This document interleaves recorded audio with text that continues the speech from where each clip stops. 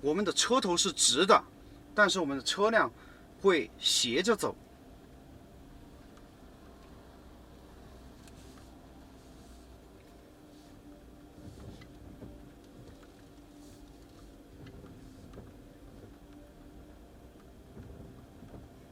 是不是很神奇？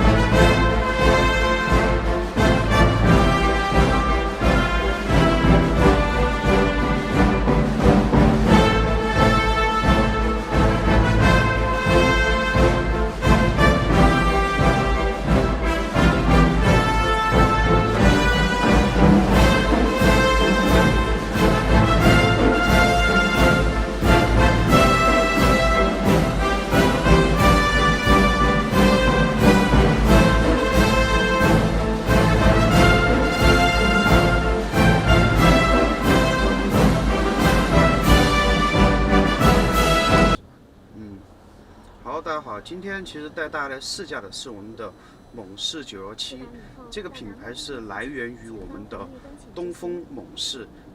可能大家不知道的就是我们的东风猛士，它是中国的一个军工品牌。目前来讲，除了这款车以外，其他车型都是我们的中国人民解放军在作为军车在使用。然后这辆车是它第一款的一个民用车型。当然，我们现在驾驶这一辆是一个增程版的一个车型。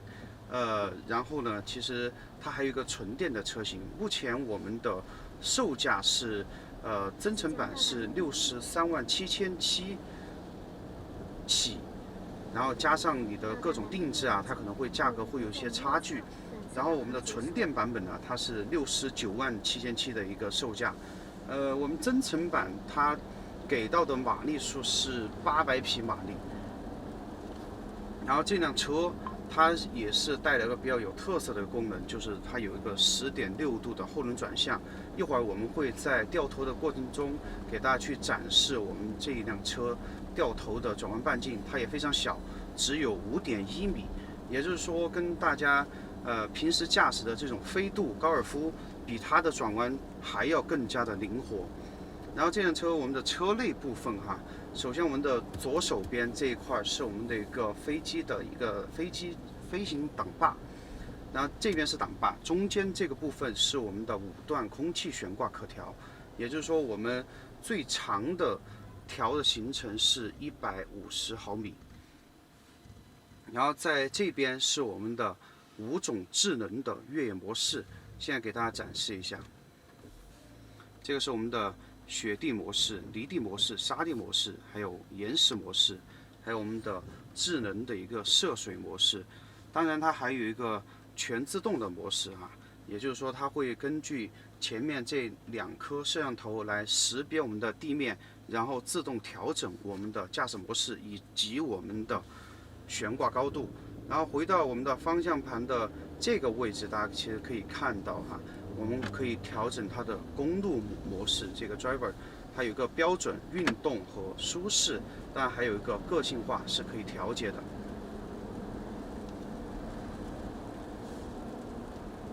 然后我们在这一排的这个实体按键，我也可以给大家去介绍一下。首先第一个按键就是我们的360哈，360按键。也就是说，我们在行驶到这种比较窄的路面的时候，它会自动的出来，我们也可以手动的把它换出来。然后我们可以通过这个界面去看到我们车身周围的一些情况。然后这个地方是我们的前后差速锁，因为我们这辆车还是依靠电机来驱动，所以说这辆车啊，它的中央差速锁它是一个电控的。也就是说，我们的前后电机各分配50%的动力，这样就实现一个差速锁的这样一个功能。然后在这个地方是一个我们的低速越野模式、低速越野巡航模式，它是这样一个功能。很多人他其实没有太多的这个越野的驾驶经验，但是呢，我又要去踩油门，又要去踩刹车。可能对于他来讲就比较困难，我还要去控制方向，我要去观察路面，如果有了这个低速越野功能的话，我们就可以打开这个功能，让车辆自己来行走，然后我们只需要控制我们的刹车，眼看我们的前方以及我们的周围的环境，这样就 OK 了，简化我们越野的难度。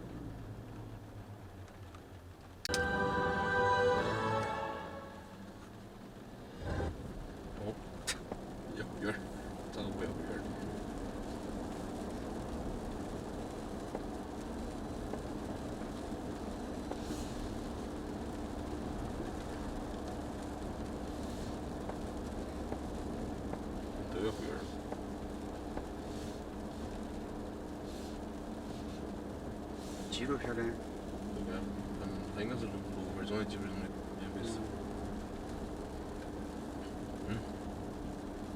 没有问题。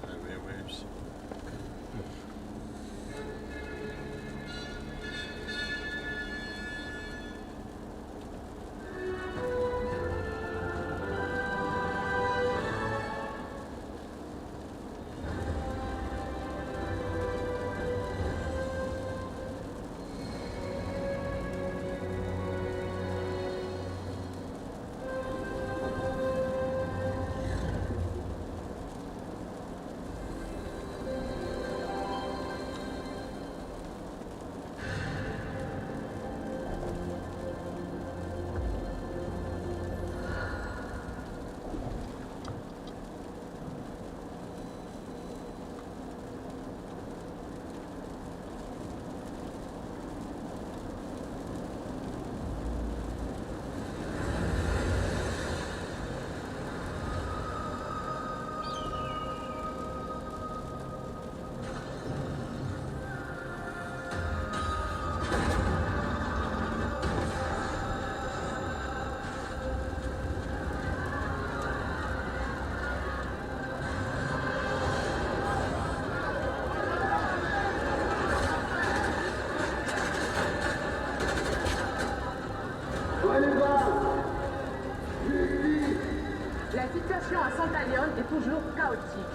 avec des bagarres et des massacres de villages à grande échelle sur diverses zones. The anti-government group led by Amir has been clashed against the local government. Heavy casualties have been registered in both sides. 部族冲突和党派纠纷在反政府集团的鼓动下愈演愈烈，甚至发生了多个屠村事件。Thousands of innocents have been killed, and millions of people have lost their homes. 反政府武装集团头领阿米尔因涉嫌谋杀、贩卖军火等罪名被当地警方拘捕。不过，其党羽在各大城市依然活跃，与政府军势不两立。桑塔里昂政府经过多日的动荡，决定向联合国寻求援助。中国政府承接维和任务，准备派出一支成建制的维和警察防暴队前往冲突地区参与维和行动。